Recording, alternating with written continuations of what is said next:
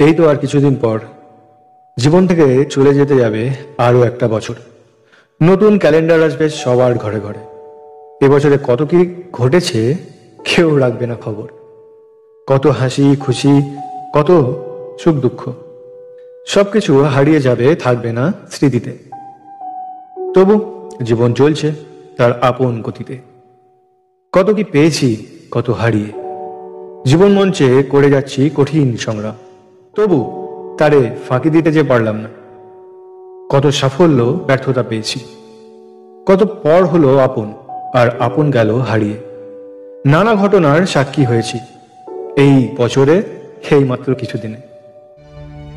মনে বলি সামনে আসবে নতুন একটা দিন, আশা হতাশা ব্যর্থতা সাফল্য সবকিছু নিয়ে।